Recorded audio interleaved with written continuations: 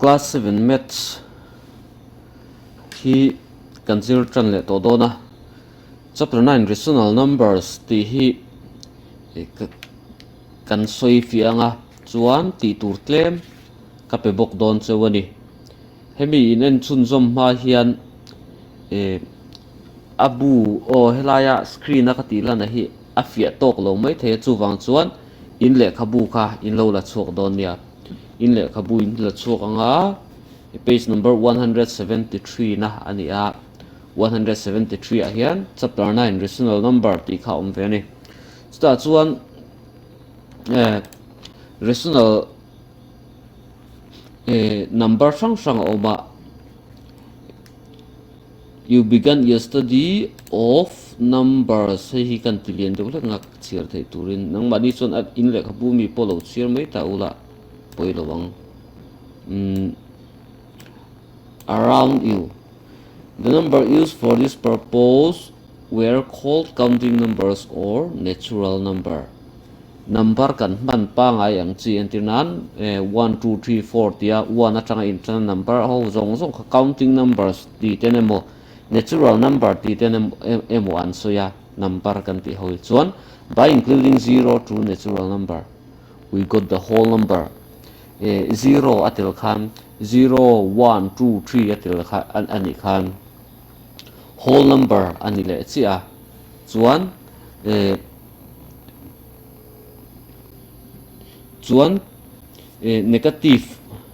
negative number te kha aom tel khan entinan minus 1 minus 2 minus 3 ti kha aom tel chuan chu minus 3 minus 2 minus 1 0 1 2 3 ka tianga tel khan ka khan integers ani ve thung ta ani chuan heta hian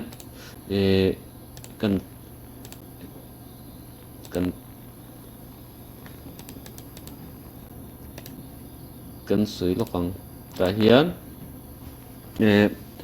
natural number counting numbers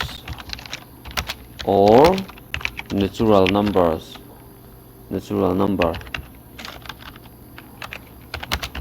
number 2 1 2 3 4 5 cái tên đi sâu ha sáng khát te number tam tak po kha ni sera kha cái tiếng hậu có one atang in chan kha counting numbers emo natural numbers emo antia chuan 0 alo tel vele khan whole number antini whole numbers whole number 2 0 1 2 3 cái khan natural number plus 0 khan mai chu whole number 2 natural number 0 plus natural numbers kha an ni maya chuan integers kha an le ta integers an ti chu number kha 0 I claim kha om ve ta ne entinan minus 3 minus 2 minus 1 0 1 2 3 hey 3 hit lian tam bera 2 to ta ten 0 I pon minus 1 atlema minus 1 I in minus 2 atlem le a minus 2 I in minus 3 kha atlem le ani khatiang ho kha integers anti ani chuan kha integers anti a chuan kha integers kha minus tel ho kha anita ani chuan heta hian in zirlai bu khan you were also introduced to fraction kha vele tani there are numbers of the form numerator by denominator number chung le hnoi om chi ho reng kha number chung le hnoi om chi ho reng kha fraction ani hei eng te po fraction mo 3/4 te po fraction ani heng hi chung len hoi chi ho reng kha fraction an ni ti na ni khang kha number ho ming kha riat chian masak kha tha ni number ho ming kha kan riat chian masak kha atu la ni chuan phek le lam han keu ta ula what are rational numbers? What are rational number? Enge rational number chu ni ta mo rational number chu enge ni ta kan ti chuan rational number chu the word rational arises from the term ratio. Ratio kha kan pheto ratio chu 3:2 kati ang chi ratio chu ratio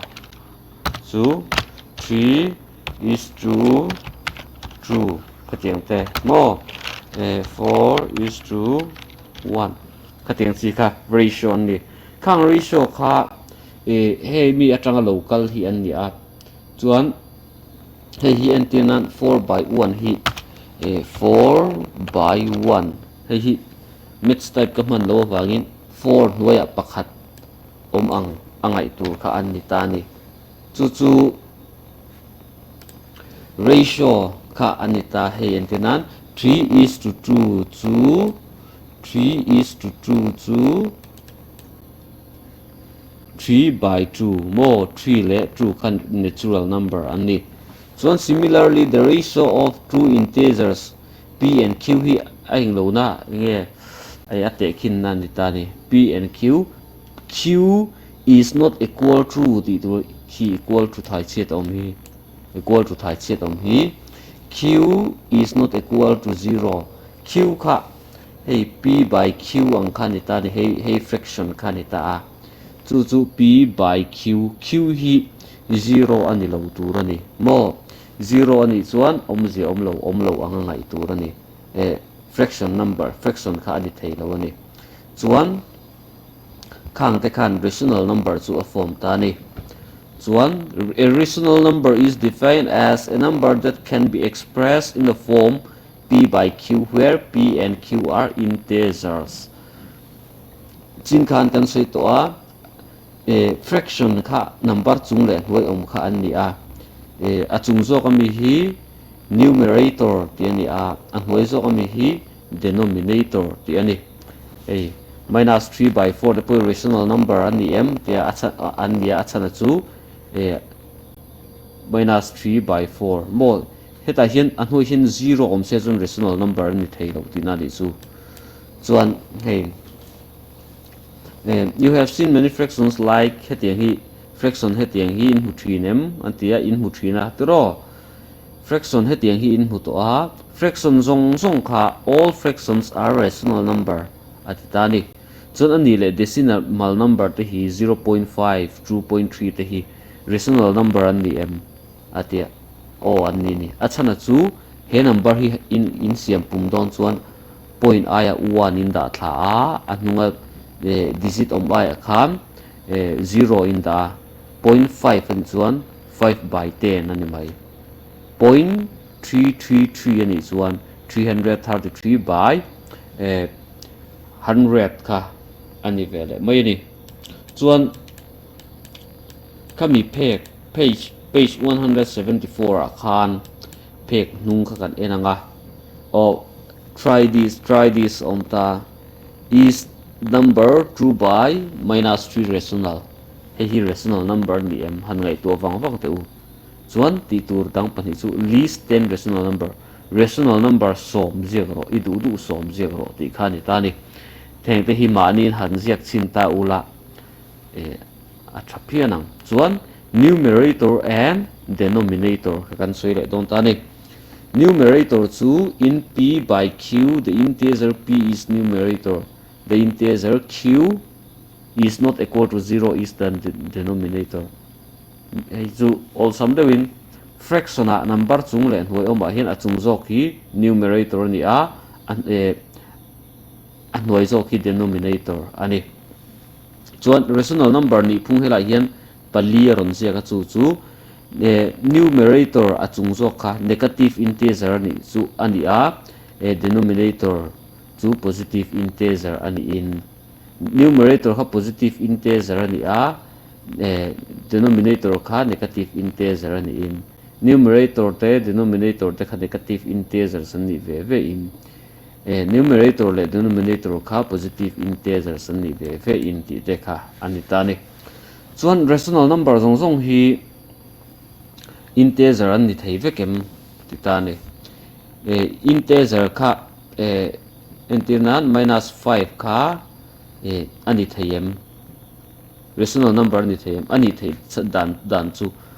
anhoi pakhat da taila 1 in -5 kan han sem chuan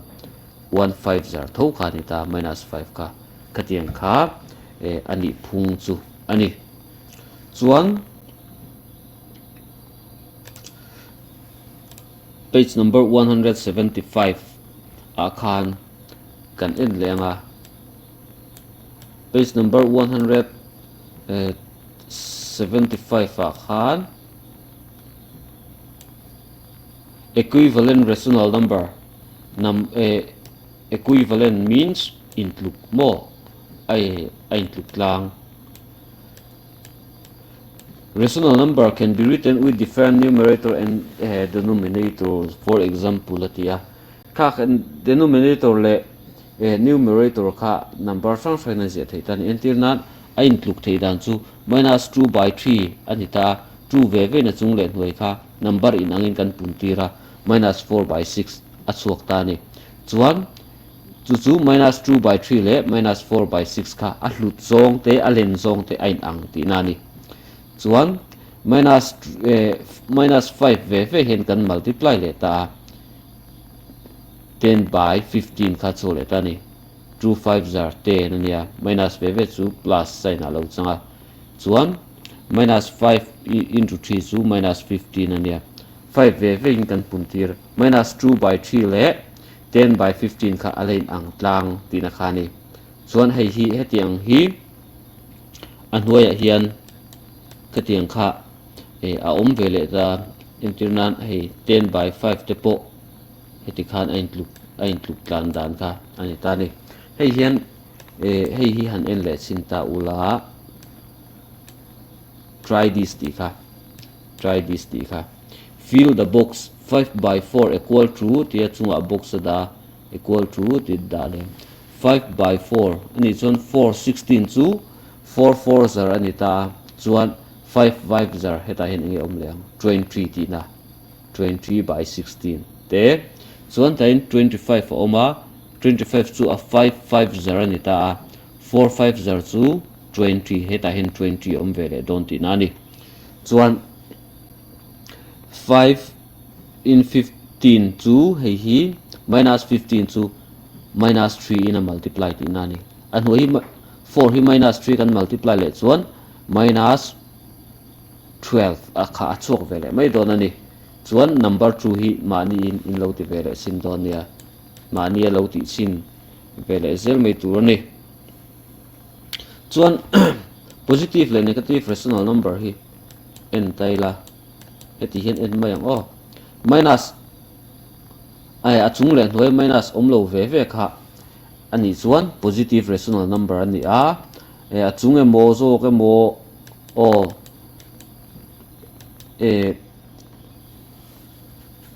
achung emo hnoi emo a minus om kha chuan negative integers ka ani le mai ni chuan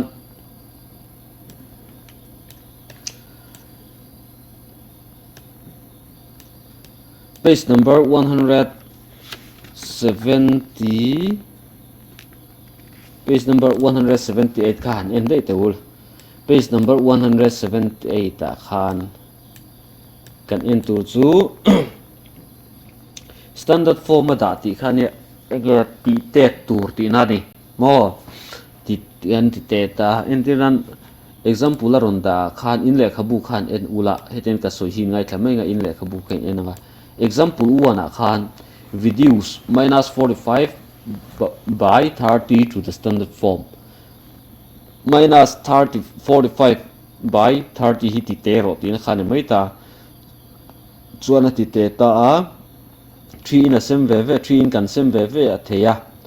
chu 15 le 10 kha chu ka chuan 15 le 10 kha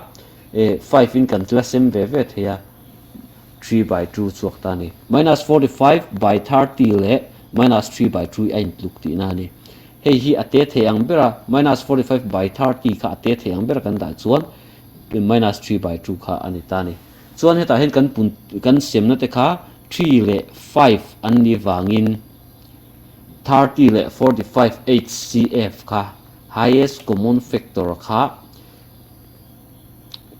15 3 le 5 3 multiply by 5 equal to 15 khanita chuan heti hian kan mu chuak ta ni to reduce the rational number to its standard form we divide its numerator and denominator by their HCF ignoring the negative sign if any hey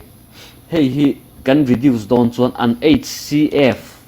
an mani an pahnia achung le hnuai sem thei kop tu number lian ber mangin kan semanga chu chuan ate ber chu standard form chu alo chuak mai don ani chu HCF kha kan hriatangai minus chu nge ignoring the negative ati hi nge enga ma ngai lo tur ani committee tur khan hei 36 by 24 hi kan en le ta HCF of 36 and 24 chu 36 le 24 sem tun thei tu number lian ber chu 12 ani ta ni chuan 12 kan sem ve ta minus om wangin minus 12 in kan sem ve ta chuan alo chok chu minus 3 by 2 ni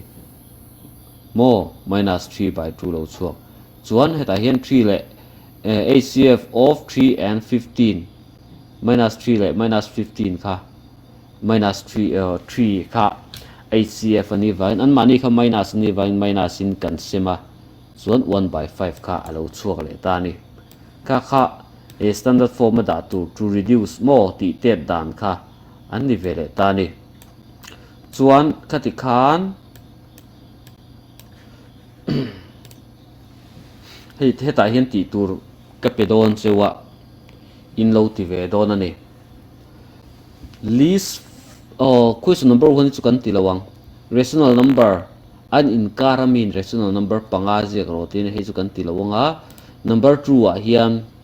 write four more rational number each of the following patran a patran ang hian zia chun zom ro atitani 3 by 5 6 by 10 9 by 15 12 by 23 hey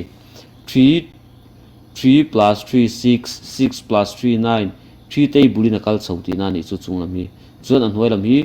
5 10 15 20 5 tay bulina kal ve thunga chuan khati hetiang hi pali zebel tur ti na ni mo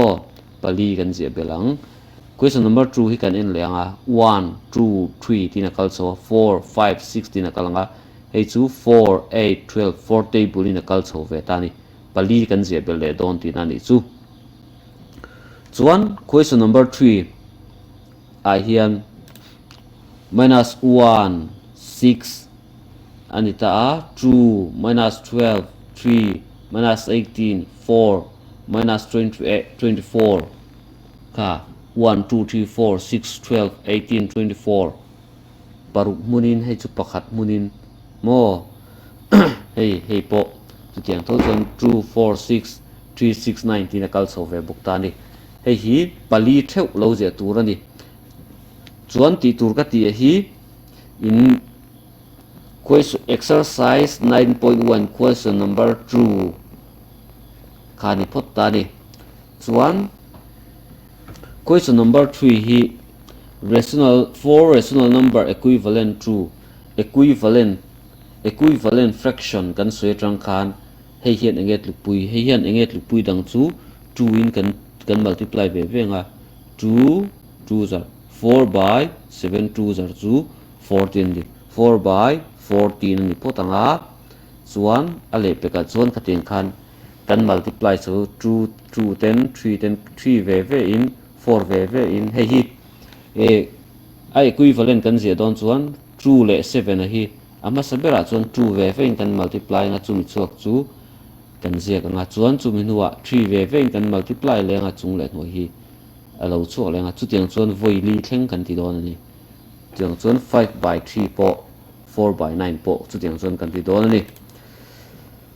chuan hei chu ti tet tur kha ni ve thunga question number 7 hi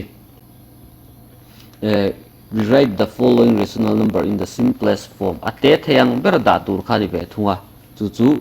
cho tet kha ni mai in thiama ani lo pon an HCF in sem ve ve ang an ma ni o an HCF chu nge 6 le 8 HCF chu 2 ani 2 in kan sem ve ve chuan 3/2 mo hei 25 le 45 HCF chu 5 ani maya 5 in kan sem ve ve nga mo chu tet dan ber 44 le 72 hi again HCF in lo zonga nga an HCF in 44 hi an pani HCF in sem ton ve ve nga chon a smallest chu lo chu don tani minus 8/10 po hi an HCF in HCF zona sem hal kha ol samaranga ma se HCF zon khain har satani chuan cho tet dan kan sui dan pangai khan in lo chok te don ani chuan in assignment hi assignment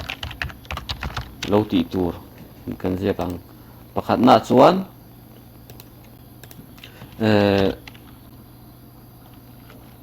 exercise 9.1 mo 9.1 ania pakhat na chuan number 2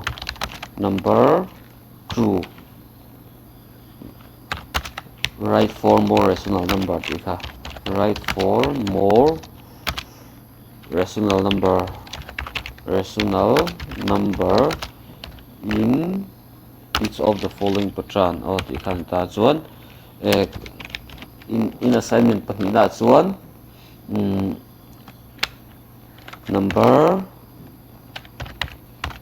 number 3 give 4 rational number ikan tani rational numbers equivalent to ikan ta chuan assignment 3 chuan number 7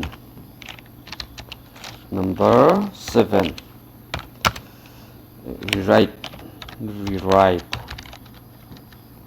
the following rational numbers in simplest form ate theng ber da tu mo kha in assignment tu ran tani hengi paper in lo tenga chu athalak minon thon don ya tun kar chungin athalak mino thon don o in fact hiam chia lo ni chon video hi han en non ula chuan in fact hiam thei meng video hi a sei deuh lek na Tuesday voina ni le nga in ngai thak chuan in fact hiam thei mai chon karing heng assignment te hi paper in tianga athalak tun kar chungin milo thon don ani chu chuan video in ena in thiam le thiam lo eng ange in riat thiam dan kha a riat chiang don ani